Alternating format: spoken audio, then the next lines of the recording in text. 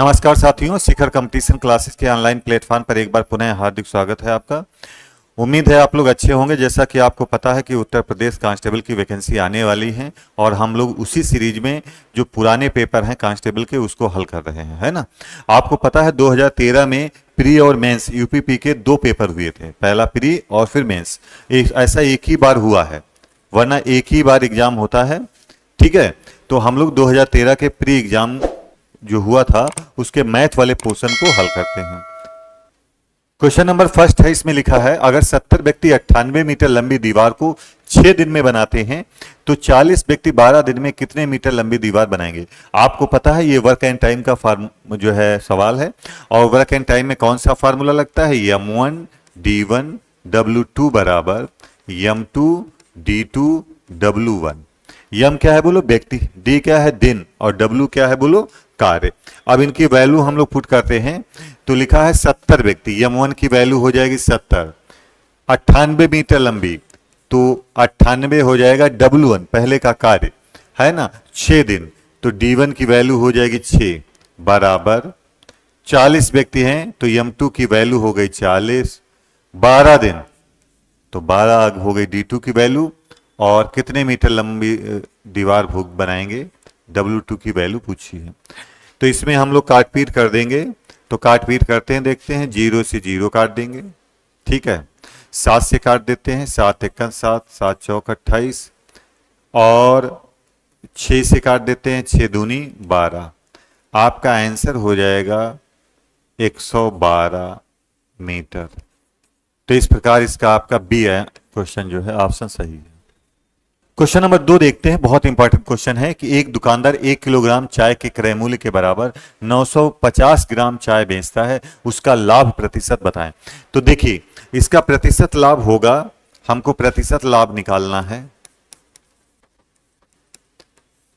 तो आंकड़ा परसेंटेज में पूछा गया है, 100 से मल्टीप्लाई करेंगे, जितना वो कम तौलता है वही तो उसका लाभ है ना। 1 किलोग्राम के स्थान पर कितना तौलता है, 950 ग्राम, तो यानी कितना कम तौलता है बोलो, 50 ग्राम, ठीक है।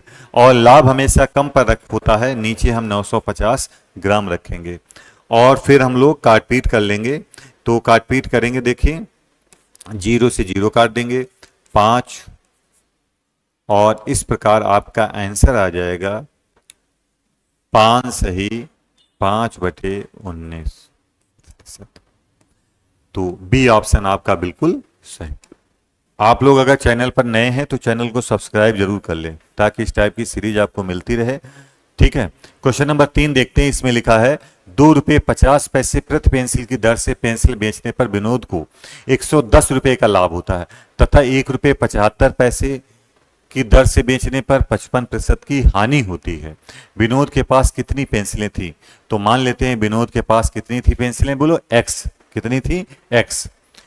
तो इसको हम लोग करेंगे 2.5 x प्लस, नहीं सॉरी, तो इसको हम लोग करेंगे, देखिए 2.50x माइनस 1.75x, और x क्या है बोलो, पेंसिलों की संख्या, बराबर ये क्या हो जाएगा 110 में हम लोग 55 जोड़ देंगे, ठीक है।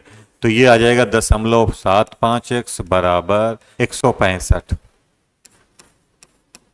तो x बराबर आ जाएगा 165/0.75 गुण, है ना, 10 दशमलव हटा देंगे तो यहाँ पर 100 हो जाएगा, काट पीट कर देंगे तो 25 तिहाई 75, 25 चक्कू 100, 3 पचे 15, 3 पचे 15, है ना।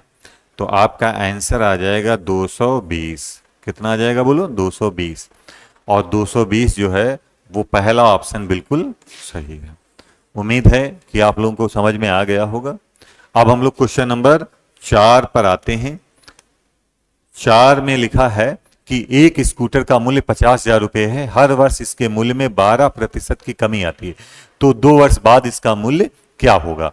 तो देखिए 2 वर्ष बाद मूल्य होगा 50,000 लिखेंगे, 12% की कमी हो जाती है, तो कमी होगी तो 100 में से घटाएंगे, 100 में से 12 घटा देंगे 88%। फिर 2 साल बाद पूछा है तो फिर 12% की कमी होगी 18%, 88%। और काट पीट कर देंगे, दोनों जीरो काट देंगे, ये भी दोनों जीरो कट जाएंगे इससे, और मल्टीप्लाई कर लेंगे, है ना। तो मल्टीप्लाई कर लेंगे तो आपका आंसर आ जाएगा, गुणा कर लेंगे 38,720 रुपये आपका आंसर होगा। तो इस प्रकार आपका पहला ऑप्शन जो है वो बिल्कुल सही होगा। ठीक है। क्वेश्चन नंबर 5 देखते हैं। इसमें लिखा है 1 से 5 तक की सभी संख्याओं का औसत बताओ, 1 से 50 तक की। तो देखिए, औसत का फार्मूला होता है, ये लगातार अंकों पर है, कि पहली संख्या प्लस अंतिम संख्या बटे 2। जहां पर भी समांतर श्रेणी होंगी, लगातार, है ना, सीक्वेंस में आएंगे, तो हम लोग यही फार्मूला लगाएंगे, पहली संख्या प्लस अंतिम संख्या बटे 2। तो यहां पर पहली संख्या कितनी, 1, प्लस अंतिम संख्या कितनी है, 50 बटे 2, 51 बटे 2। आपका आंसर आ जाएगा 25.5। तो इस प्रकार आपका दूसरा ऑप्शन बिल्कुल सही है। कितना आ जाएगा बोलो, 25.5। क्वेश्चन नंबर 6 पर आते हैं। इसमें लिखा है A, B, C की औसत आयु 25 वर्ष है ना। यदि A और B की औसत आयु 28 वर्ष हो तो C की आयु बताओ। तो A plus B plus C ये हो जाएगा टोटल बराबर एवरेज इंटू नंबर, 25 तिहाई 75, 3 लोग हैं ना, तो 25 तिहाई 75 ये हो जाएगा टोटल। ठीक है। इसमें A प्लस बी की जगह पर हम लिख सकते हैं, A प्लस बी का औसत कितना है बोलो, 28 है। तो 28 दूना 56, इसकी वैल्यू हो जाएगी 56। 2 लोग हैं तो 2 से मल्टीप्लाई हो जाएगा, तो C की वैल्यू हो जाएगी 75 माइनस 56। ये आपका आ जाएगा आंसर 19। तो इस प्रकार आपका चौथा विकल्प बिल्कुल सही है। C की आयु कितनी होगी बोलो, 19 वर्ष होगी। क्वेश्चन नंबर 7 को देखते हैं। इसमें लिखा है एक परीक्षा में परीक्षार्थी को प्रत्येक सही उत्तर के लिए 5 अंक मिलते हैं तथा प्रत्येक गलत उत्तर के लिए 2 अंक काट लिए जाते हैं। अगर उसने 120 प्रश्नों के उत्तर देकर 285 अंक प्राप्त किए तो उसने कितने प्रश्नों को सही किया। ठीक है। तो देखिए, टोटल क्वेश्चन कितने हैं बोलो, 120। अगर सारे सही होते तो 120, प्रत्येक सही उत्तर का कितने का है बोलो, 5 अंकों का, तो उसको 600 अंक मिलते। अगर उसने सारे सही सवाल किए होते, 120 के सारे सही सवाल, तो उसको 600 अंक मिलते। मिले कितने हैं बोलो, 285। मिले कितने हैं, 285। यानी उसने गंवाए कितने बोलो, 315। 315 अंक गंवा दिए। और देखो, अगर सही करे तो 5 अंक मिलते हैं, गलत करे तो 2 अंक करते हैं। इसका मतलब अगर एक सवाल वो गलत करता है तो 5 और 2 7 अंक गंवाता है। तो इसको हम लोग 7 से भाग कर देंगे तो आ जाएगा 7 चौक 28, 7 5 35। यानी उसने 45 सवाल जो है वो गलत किए हैं। तो इसका मतलब सही कितने किए हैं, सही क्वेश्चन किए हैं वो 120 में से हम घटा देंगे 45, तो आपका आंसर आ जाएगा 75। इसका मतलब है सी ऑप्शन आपका बिल्कुल सही है और 75 क्वेश्चन उसने बिल्कुल सही किए हैं, गलत किए हैं 45। ठीक है। क्वेश्चन नंबर 8 पर आते हैं। ये बहुत आसान सा क्वेश्चन है, आप लोग ये ध्यान रखिएगा कि a प्लस बी का whole square minus a minus B का होल स्क्वायर ये 4ab के बराबर होता है ना। कितने के बराबर होता है, 4ab। तो इसकी जगह पर हम लोग क्या लिख सकते हैं, 4, a की वैल्यू 589 है और b की वैल्यू 187 है ना, बटे 589 और गुणे 187, ये कट जाएंगे दोनों, आपका आंसर आ जाएगा 4। तो इस प्रकार आपका पहला आंसर बिल्कुल सही है। आपको पता है ये a प्लस बी का होल स्क्वायर टाइप का लिखा है और ये a माइनस बी का होल स्क्वायर टाइप का लिखा है। ठीक है। इसकी जगह पर हम लोग लिख सकते हैं 4ab। क्वेश्चन नंबर 9 पर आ जाते हैं। लिखा है कि 4 अंकों की वह बड़ी से बड़ी संख्या ज्ञात करो जिसे 18, 21, 24 में से प्रत्येक से भाग देने पर शेषफल 7 बचे। इसमें बड़ी से बड़ी संख्या कहा है तो हम लोग 18, 21, 24 इसका हम लोग बड़ी से बड़ी संख्या के लिए क्या निकालते हैं बोलो, मासा या CF, और ये आएगा 504। वह बड़ी से बड़ी संख्या जिसमें 18 का भी भाग लग जाए, 21 का भी लग जाए, 24 का भी लग जाए, कौन है? 504। और आपको पता है 4 अंकों की सबसे बड़ी संख्या कौन सी होती है? 4 बार 9 लिख लेंगे। हम लोग इसको भाग करेंगे किससे? 504 से। तो पहली बार तो एक बार पहाड़ा लगेगा 504, घटा लेंगे, 9 में से 4 गया 5, 9, और यहाँ पर 495 आ जाएगा, है ना। फिर ये वाला 9 लिख लेंगे। अब कितनी बार पहाड़ा लगेगा? 9 बार। तो मल्टीप्लाई कर देंगे तो ये आ जाएगा 45, 4 9 36, 45 36। ठीक है, अब घटा देंगे तो आ जाएगा 9 में से 6 गया 3, यहाँ पर 2, यहाँ पर 4, 423। कितना आ जाएगा बोलो? 423।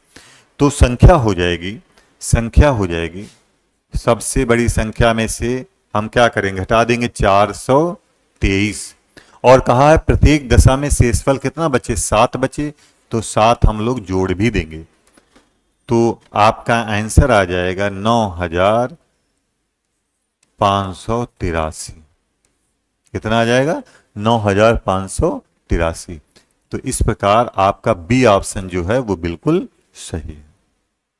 हाँ, एक नाव धारा की दिशा में 8 किलोमीटर की दूरी 1 घंटे में तय करती है तथा धारा के विपरीत 2 किलोमीटर की दूरी 1 घंटे में तय करती है, तो धारा की गति बताओ। हम लोग याद रखिएगा, हम लोग धारा की दिशा में नाव की चाल को मानते हैं ए, और ये दिया है 8 किलोमीटर प्रति घंटा, 8 किलोमीटर प्रति घंटा। और धारा के विपरीत दिशा में नाव की चाल दी है 2 किलोमीटर प्रति घंटा, 1 घंटे में 2 किलोमीटर, है ना। और पूछा है धारा की चाल, तो धारा की चाल y का फार्मूला होता है a माइनस बी बटे 2। क्या होता है? a माइनस बी बटे 2। तो हल कर लेंगे, 8 माइनस 2 बटे 2 यानी 3 किलोमीटर प्रति घंटा। तो धारा की चाल हो जाएगी 3 किलोमीटर प्रति घंटा। तो इस प्रकार आपका सी ऑप्शन दोस्तों बिल्कुल सही है। ठीक है, अगर आप लोग चैनल नहीं सब्सक्राइब करें हैं तो चैनल को जरूर सब्सक्राइब कर लें ताकि इस टाइप की वीडियो आपको समय पर मिल जाए। क्वेश्चन नंबर 11 देखते हैं। इसमें लिखा है 360 मीटर लंबी रेलगाड़ी अपने समान लंबाई वाली प्लेटफॉर्म को पार करने में 36 सेकंड लगाती है, तो रेलगाड़ी की चाल बताओ। तो देखिए आपको पता है फार्मूला क्या होता है? समय बराबर दूरी बटे चाल। क्या फार्मूला होता है बोलो? समय बराबर दूरी बटे चाल।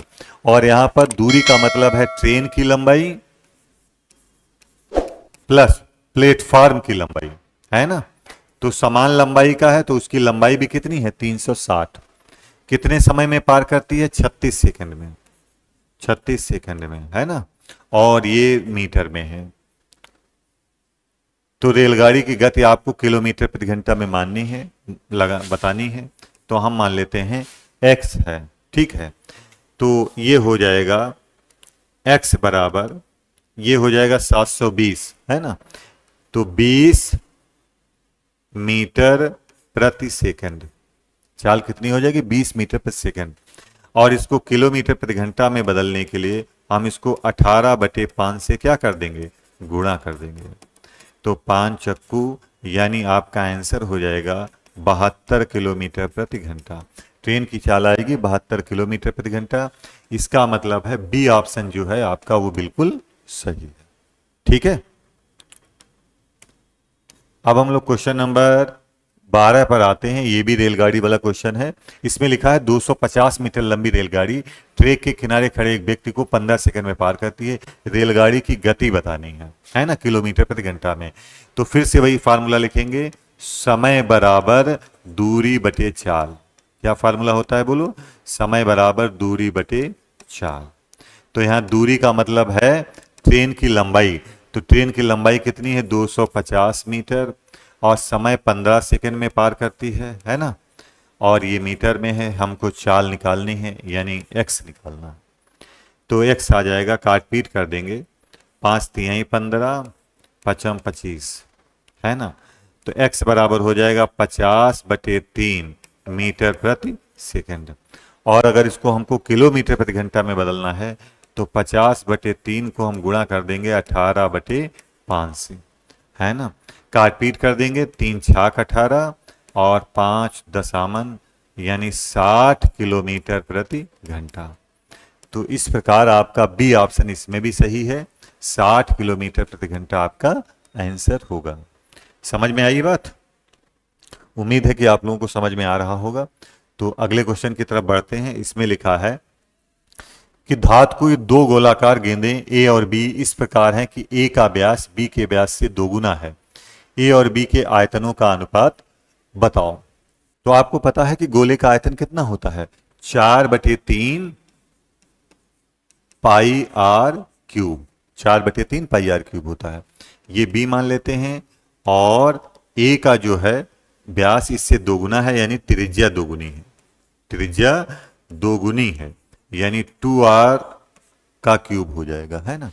अब इसमें जो कटने पिटने वाला है उसको काट लेते हैं, 4/3 पाई 4/3 पाई कट जाएगा, ये आ जाएगा 8r क्यूब अनुपात ये होगा आर क्यूब का, आर क्यूब से आर क्यूब कट जाएगा और आपका आंसर आ जाएगा 8:1। 8:1 का मतलब है कि आपका बी वाला ऑप्शन जो है वो बिल्कुल सही है।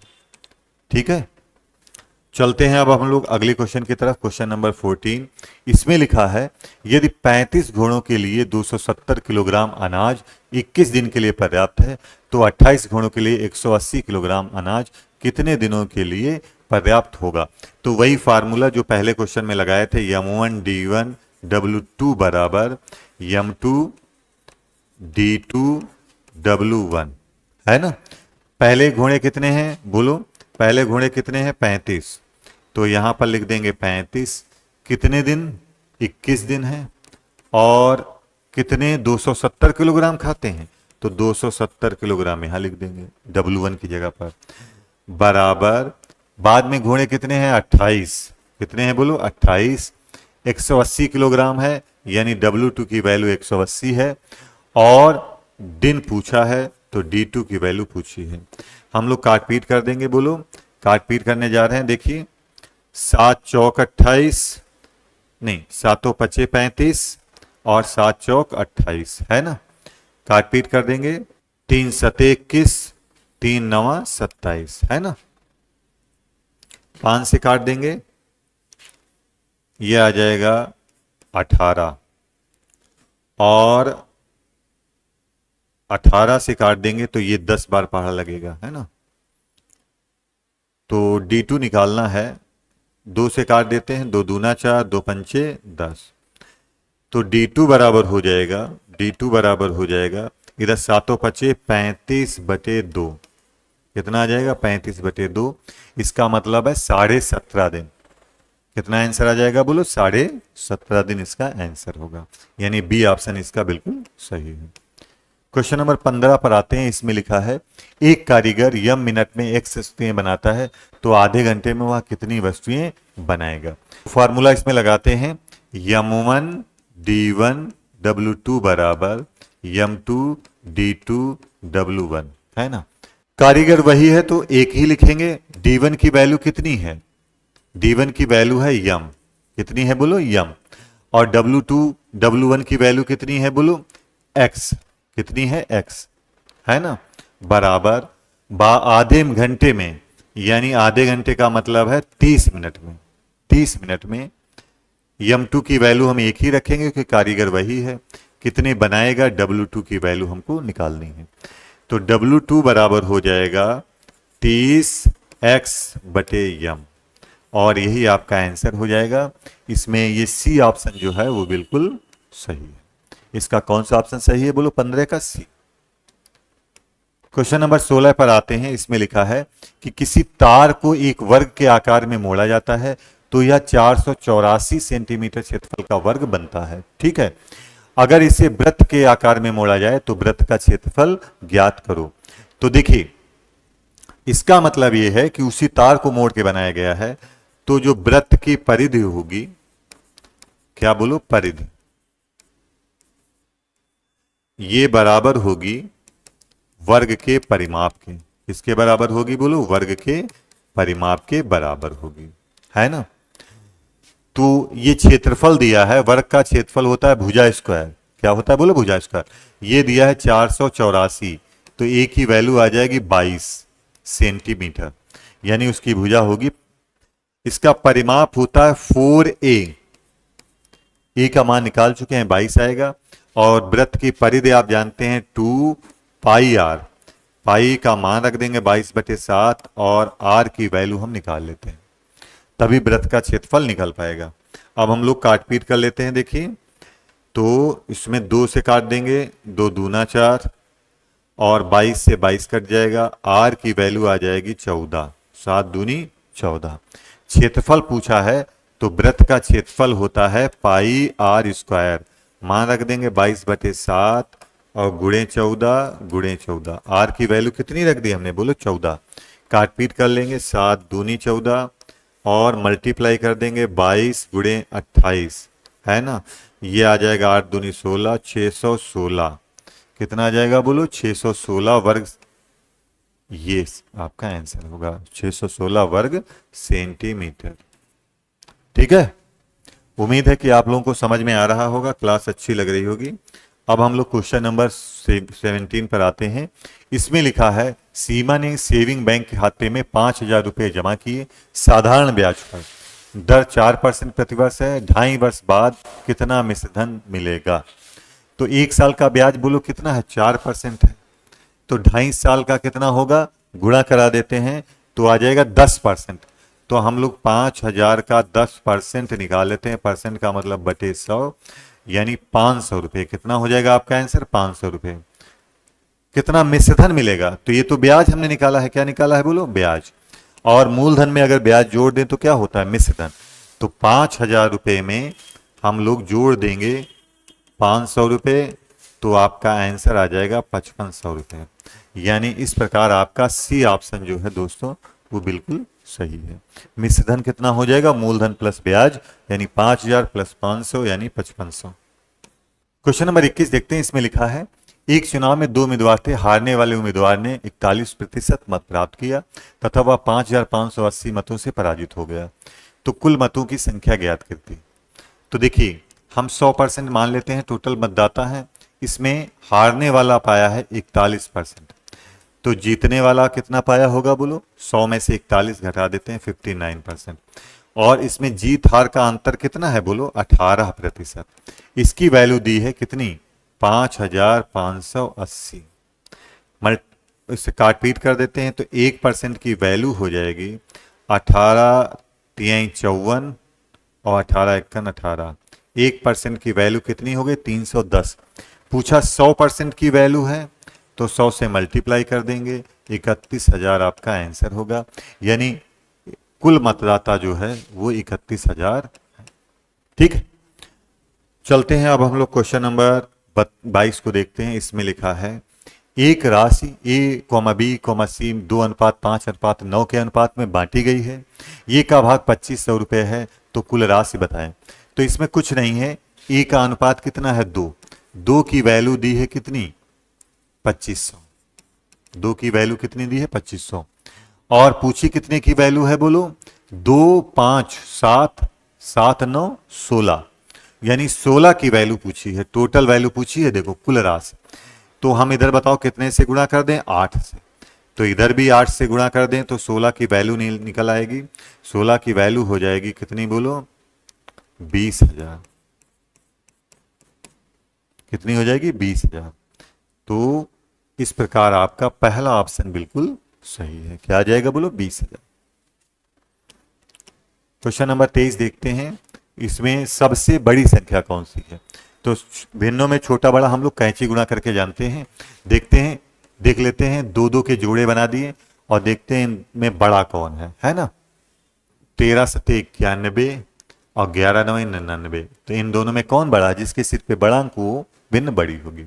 ऐसे इसमें भी गुणा कर लेते हैं। 16×25 हो जाएगा 400 और 19 का 21 से गुणा करेंगे तो 19 से 19 और 19 दूनी 38 और 1 42, 389। ठीक है, तो इस हिसाब से कौन बड़ा है, ये बड़ा है। अब देख लेते हैं इन दोनों भिन्नों में कौन बड़ा है। तो इसकी कैंची गुणा करा देते हैं, इसकी इससे करा देते हैं। तो 19 की 11 से कराएंगे तो आ जाएगा 209, है ना। और 13 की इससे कराएंगे तो 13×6=78 और 13 और 7 20, कितना हो जाएगा 20। तो यानी दो, ये जो पहली वाली गुणा है ये बड़ी है, तो यानी सबसे बड़ी भिन्न हो जाएगी 11/13। तो इस प्रकार आपका आंसर कौन सा सही है बोलो, 11/13 सबसे बड़ी भिन्न है। जिसके सिर पे बड़ा अंक होगा वो भिन्न बड़ी होगी। ठीक, क्वेश्चन नंबर 24 देखते हैं। इसमें लिखा चीनी का मूल्य 16 रुपए प्रति किलोग्राम था, उसका मूल्य घटकर 14 रुपए प्रति किलोग्राम हो गया, तो कितने प्रतिशत की कमी हुई।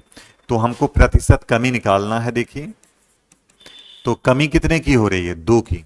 कमी हमेशा ज्यादा पर होती है, और परसेंटेज में आंकड़ा पूछा गया है तो 100 से जरूर काट लेंगे। 2 अठी 16, काट पीट कर लेंगे, 4 दूनी 8, 4 25वां, आपका आंसर आ जाएगा 12.5%, है ना। तो इस प्रकार आपका पहला ऑप्शन बिल्कुल सही है। चलते हैं अब हम लोग क्वेश्चन नंबर 25 देखते हैं। इसमें लिखा है एक आयताकार कमरे की लंबाई और चौड़ाई 5:4 के अनुपात में है। अगर कमरे की लंबाई 15 मीटर है तो कमरे का क्षेत्रफल बताओ। तो यानी कमरे की लंबाई 5 की वैल्यू दी है कितनी, 15, तो एक की वैल्यू कितनी हो जाएगी 3। इसका मतलब चौड़ाई हो जाएगी 3 चक्कू 12, और लंबाई तो दी ही है 15, है ना। और कमरे का क्षेत्रफल क्या होता है, आयत का क्षेत्रफल होता है लंबाई गुणे चौड़ाई। क्या होता है बोलो, लंबाई गुणे चौड़ाई। मान रख देंगे 15 गुणे 12, और आपका आंसर आ जाएगा 180 वर्ग मीटर। तो इस प्रकार बी ऑप्शन जो है वो आपका बिल्कुल सही है। क्वेश्चन नंबर 26 देखते हैं। इसमें लिखा है 4 छात्र एक मैदान के चारों ओर दौड़ लगाते हैं, क्रमशः 30 सेकंड, 40 सेकंड, 50 सेकंड और 60 सेकंड में मैदान का पूरा चक्कर लगाते हैं। यदि वे मैदान के किसी बिंदु से एक साथ दौड़ना शुरू करें तो कम से कम कितने समय बाद वो उसी बिंदु पर पुनः मिलेंगे। तो कम से कम कहा है, छोटी से छोटी संख्या कहा है, तो हम लोग इसका क्या निकाल लेंगे, लासा। किसका किसका बोलो, 30, 40, 50, 60, इसका निकालेंगे एलसीएम, है ना। वह सबसे छोटी संख्या जिसमें 30 का भी भाग लग जाए, 40 का भी लग जाए, 50 का भी लग जाए और 60 का लग जाए। तो देखते हैं भाई, इसको लासा निकाल लेते हैं। पहले 2 से काट लेते हैं, जब तक 2 से कटता रहेगा तब तक काटते रहेंगे। 15 वैसे लिख लेते हैं, 10 लिखेंगे, 25 वैसे और 15 यहाँ पर। फिर 2 से काटेंगे, 15 वैसे ही, 5, 25, अब 15। अब 3 से काट लेते हैं, तो 3 पचे 15, 5 वैसे लिखेंगे, 25 वैसे लिखेंगे, अब 5। अब 5 से काटेंगे तो 1, 1, 5, 1, अब 5 से काट देंगे तो एलसीएम हो जाएगा इनका आपस में गुणा, 55, 25, 3, 75, दूनी 150, दूनी 300, दूनी 6। ठीक है, तो 600 सेकेंड, क्या 600 सेकेंड आएगा ना, सारे सब सेकेंड में दिए हैं। तो 600 सेकेंड का मतलब है 10 मिनट। तो इसका मतलब है वो 10 मिनट बाद, 1 मिनट में 60 सेकेंड होते हैं, तो 10 मिनट बाद आपस में मिलेंगे। क्वेश्चन नंबर 27 देखते हैं। इसमें लिखा है दो संख्याओं का मासा 16 और उनका गुणनफल कितना है, 6400 है, तो उसका लासा बताओ। तो आपको पता है फार्मूला होता है पहली संख्या गुणे दूसरी संख्या बराबर लासा गुणे मासा, है ना। पहली संख्या गुणे दूसरी संख्या बराबर लासा गुणे मासा। मासा दिया है कितना, 16, गुणनफल दिया है 6400, और एलसीएम पूछा है ना। तो काट पीट कर देंगे, 16 चक्कू 64, तो एलसीएम कितना आ जाएगा बोलो, 400। तो इस प्रकार आपका बी ऑप्शन जो है वो बिल्कुल सही है। क्वेश्चन नंबर 28 देखते हैं। वह छोटी से छोटी संख्या बताइए जिसमें 75, 80 और 135 से भाग देने पर प्रत्येक दशा में शेषफल कितना बचे, 3 बचे। तो हम लोग एलसीएम निकालेंगे किसका किसका, 75 का, 80 का और 135 का। तो सबसे पहले हम लोग 2 से काटेंगे, 75 वैसे लिखा रहने, 40 हो जाएगा, और 135। जब तक 2 से कटता रहेगा तब तक हम लोग काटते रहेंगे। अब इसको काट देते हैं 3 से, 3 चक्कू 12, 3 पचे 15, 3 से ही काट देते हैं, 25 वैसे लिख देंगे, 5 वैसे लिख देंगे और यहाँ पर आ जाएगा 15। फिर 3 से काट देते हैं, 25 वैसे, 5 वैसे और 3 पचे 15। अब 5 से काट देते हैं और फिर 5 से काट देते हैं, तो एलसीएम हो जाएगा इनका आपस में क्या, गुणा। तो पचम 25, तिहाई 75, तिहाई 225 और 225 तिहाई हो जाएगा 675।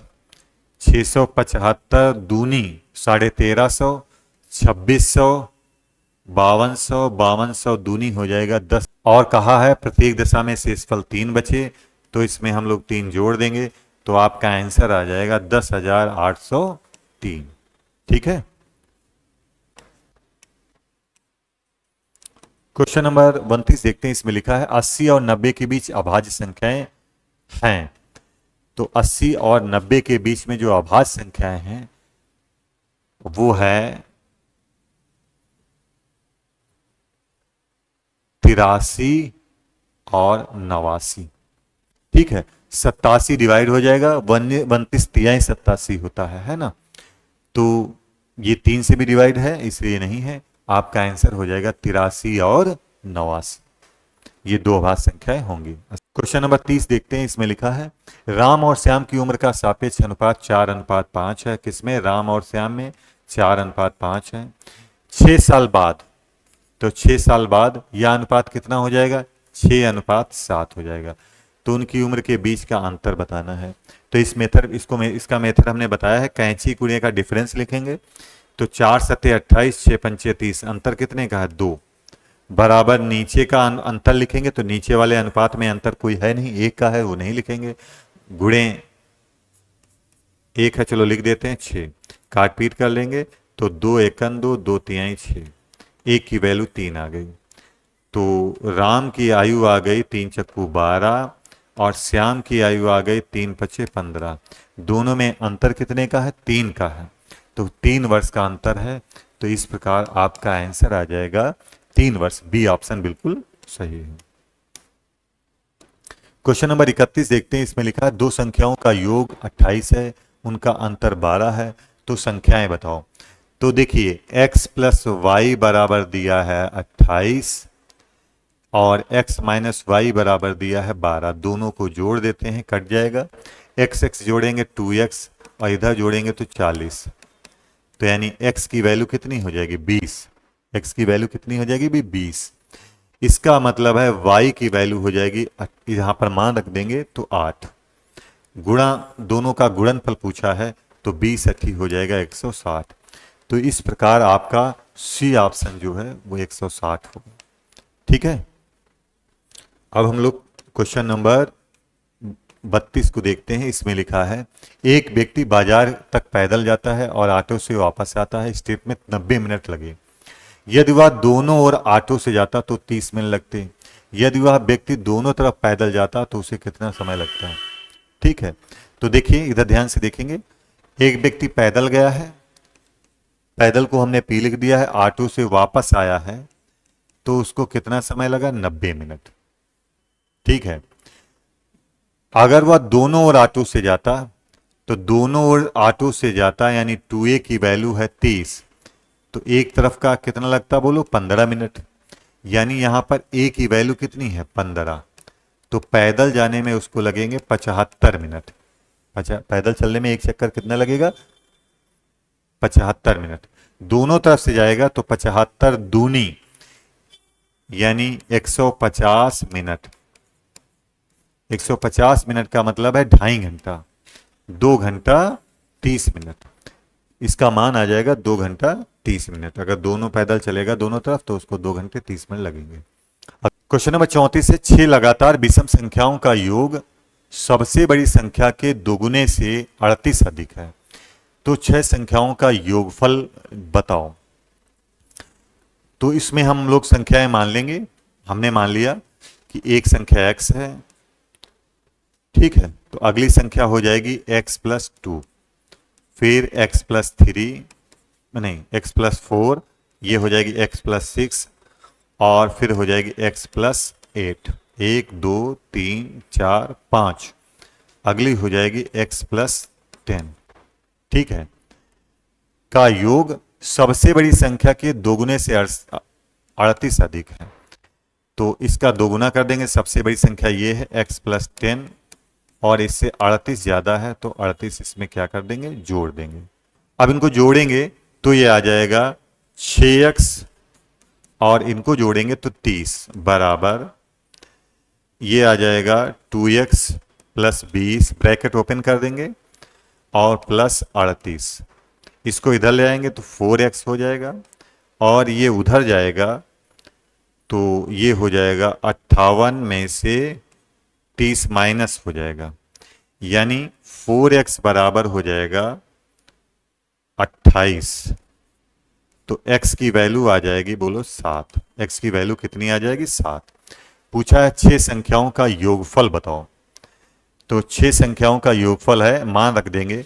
पहली संख्या 7 होगी, फिर ये 9 होगी, फिर ये 11 होगी, फिर 13 होगी, फिर ये 15 होगी और फिर ये हो जाएगी 17 और सबको जोड़ देंगे तो आपका आंसर आ जाएगा। देखिए 17 और 13 30, 15 45, 11 56, 56 और 9 65 और 7 65 7 72। तो इस प्रकार आपका आंसर हो जाएगा क्या, बोलो, सी। क्वेश्चन नंबर 35 देखते हैं। इसमें लिखा है अब से 8 वर्ष बाद सीता 6 वर्ष पहले की अपनी आयु की दोगुनी उम्र की होगी तो उसकी वर्तमान आयु कितनी है। तो देखिए हमने मान लिया उसकी वर्तमान आयु कितनी है सीता की, बोलो x है। तो 8 साल बाद कितनी हो जाएगी, x प्लस 8 और 6 साल पहले कितनी होगी, x माइनस 6। इसकी दोगुनी है तो 2 से मल्टीप्लाई कर देंगे, है ना। और इस इक्वेशन को हल कर लेंगे तो x प्लस 8 बराबर 2x माइनस 12। अब सजाती एक जगह लगा लेंगे तो इधर आ जाएगा तो 2x माइनस x और ये उधर जाएगा तो जुड़ जाएगा 20। तो x की वैल्यू कितनी आ जाएगी, 20। इसका मतलब ये है कि सीता आज कितने साल की है, बोलो 20 साल की है। और इस प्रकार आपका डी ऑप्शन जो है वो बिल्कुल सही है।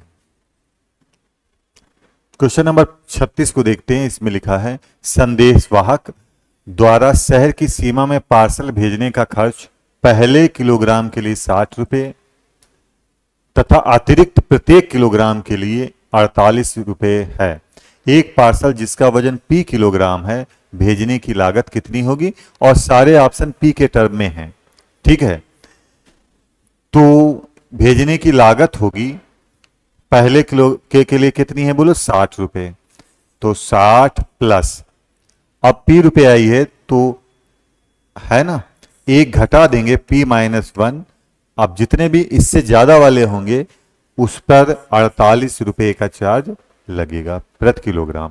तो p माइनस 1 गुणे 48 कर देंगे, है ना लागत।